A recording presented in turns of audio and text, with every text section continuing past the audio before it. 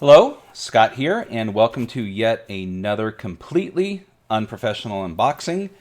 And today's unboxing is dealing with the one of the few Kickstarter fulfillments that are going to start coming in this month.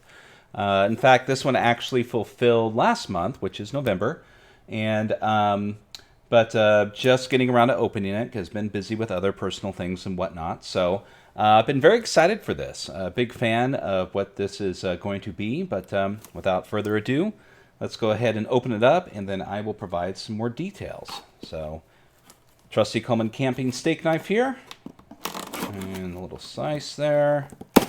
Give it a little lead. Oh, I'm gonna set my camera shaking. I think the arm is on a little too close to the table, so we'll fix that next video. I mean, shit, why be professional about it, right? Oh, there's an invoice in here. Just, leave any personal information out of this. And we'll pull this out. Set that aside. And what do we have here? Okay. All right. What we have is Faraway Land. Adventures in the Materiosphere. Faraway Land is by Dirk Stanley. And what it is, for those who aren't familiar with it, is Faraway Land is an OSR style game that came out a few years ago. But it's not your atypical OSR game. It is built on your standard OSR rule set, but it is a fantastic and fantastical imaginative game with some wonderful artwork, as you can see from the cover here, which is throughout the book. Not really going to demean it too much, but just from the aesthetic and the quality, it does lean very heavily on Adventure Time. Even though the world itself, the characters they're in, are their own, and the game itself completely stands on its own. If you like what you see within this, what we're going to do a little page through, definitely go check it out. It's a wonderful game that provides not only a fantastic setting to play within, but also, if you're not going to run the game itself, it's full of very creative and innovative ideas. It is a farcical and fantastical game. So, excuse me, apologies there.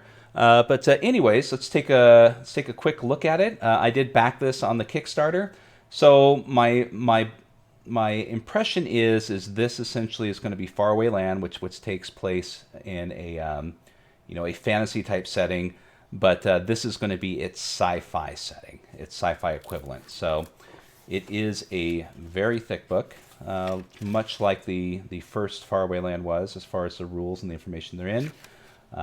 Definitely, it looks like, I believe it's colored throughout. But we've got some very wonderful looking artwork there. And then we have the basics of Faraway Land. So Faraway Land itself, you need only regular 6-sided dice, commonly known as D6s, some pens and paper, and the FAL rule book. So yes, if you're looking to get this, you will need to get the Faraway Land rulebook, which you can also get in PDF form if you just want it to support this particular game. And there's the basic of the rules here. And then things regarding basic conflict resolution, bonuses and penalties. Not going to get too much in depth. This is just going to be an unboxing, but it's a thick book, so it's going to take a minute or two to page through it. So there are archetypes and particular races within Faraway Land, and it looks like there's similar ones here. Obviously, you can create and make your own. That's one of the wonderful things about a lot of the OSR games and most role-playing games in general is for you to hack it and personalize it and whatnot. But some very interesting archetypes was in the original one, so we'll take a quick look as to what's in this one. So we have an Arachnus, probably a spider type creature without going into too much depth into it. We have a Barbarican. Looks like He-Man with a with a handlebar stash here. Give me the power. So yes, definitely a playing with that a bit. Barbaricans are buff, bowl haircut wearing dudes from Otania Prime. I mean, come on. I mean, right there, that tells you that you're at least going to have some laughs and a good time within this game. We have a Bona Baruz. Let's see here. We have a Deadwood. We have a Demented Avenger. Looks like somebody with a paper sack on their head, much like the Unknown comic. I am slightly older, so if you're not familiar with who the Unknown comic is, you can definitely look it up. The Akkadian, which looks like is a some sort of oh god, spiny, urchin, sea urchin type creature. We have a Star Elf. We have an X-Crexy, I guess. We can look up the pronunciation later. We have a Hawklin. We have a Hominus. We have your human. We have a Ko. Wow, there's quite a bit here. We have a Logrin. We have a Mooney. We have a Miscus. And we have a Newland. Let's see. Here we go. I got an E-classes. Luna. Anula. There we go. That's what I'm going to call it. Podfolk. Wow, it goes on and on. A Rager Ceres, a Beck, a Vengian, and a Volpox. And of course, options for playing other races here. So, character creation is fairly simplified. As far as the game itself is concerned, there's an example here of the character sheet. 1, 2, 3, 4, 5 ability attributes, along with boons, flaws, and abilities, and spells and gear if you have that, and so on and so forth. So simplified. Rule very relatively rules light in its character creation and its resolution within the game, along with a variety of abilities here. And we'll just kind of page over that, and we have the undead abilities, magic abilities. We have aspects of combat, along with more of the Dirk's artwork, which would be, he is the artist of the Faraway Land, the creator of it. So his art's going to be throughout the book, and very whimsical. I mean, yes, it does evoke the Adventure Time, good time feelings as you see the variety of artwork. And so we got, within most sci-fi games, there's the definition of crews. You are relatively a roguish crew traveling through the universe in whatever ramshackle ship that you are trying to hold together. Material ship combat. So there's ship-to-ship combat in the game, which is, obviously something that should be necessary in most sci-fi games, more so than fantasy. A variety of gear. And of course, once again, I think I had mentioned this in another game, science fiction games tend to, lean heavily on the amount of gear that it's going to provide to the players, which is good. Not overwhelming where it causes, decision paralysis, but still, you want enough, more than just a blaster, light sword, and, that's it. You want to have a variety of different things within it. So we've got power armor, and then we've got different types of power armor. And then we have the different vehicles, ranging from an airship to an ornithopter, and pod ships, boom invader.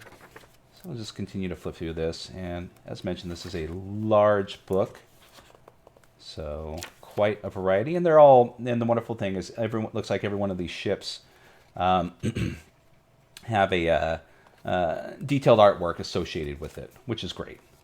Not only does it allow you to visualize the ship that you're in, but also, can be utilized to create tokens. If you're doing ship-to-ship combat on some sort of on your tabletop, or also in a virtual tabletop.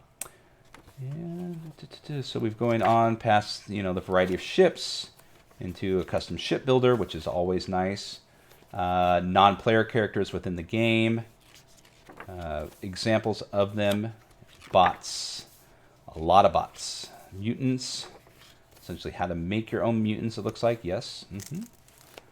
And zoot suits. No idea what that is, but you will see a lot of that in a lot of Dirk's work. There will be a wonderful variety of creations in here that have these very distinct and creative names. Some are obviously somewhat of a joke or a parody name, where others make you think for a moment. Like the Ash Clown. Yeah, Ash Clown. Deal with those quite a bit. We have the Ash Fall, and so on. There's a Barbican NPC. Something called the Boom, which has a full page spread. So something of importance. Cerebral Witch, Cryptoid, and we'll just kind of continue on through this. Grok, Bagworm, and there we go. There's some more, and once again, I know I'm drawing back and forth between it, but Faraway Land itself has as much variety within it as this does here, and a few other books also supporting it.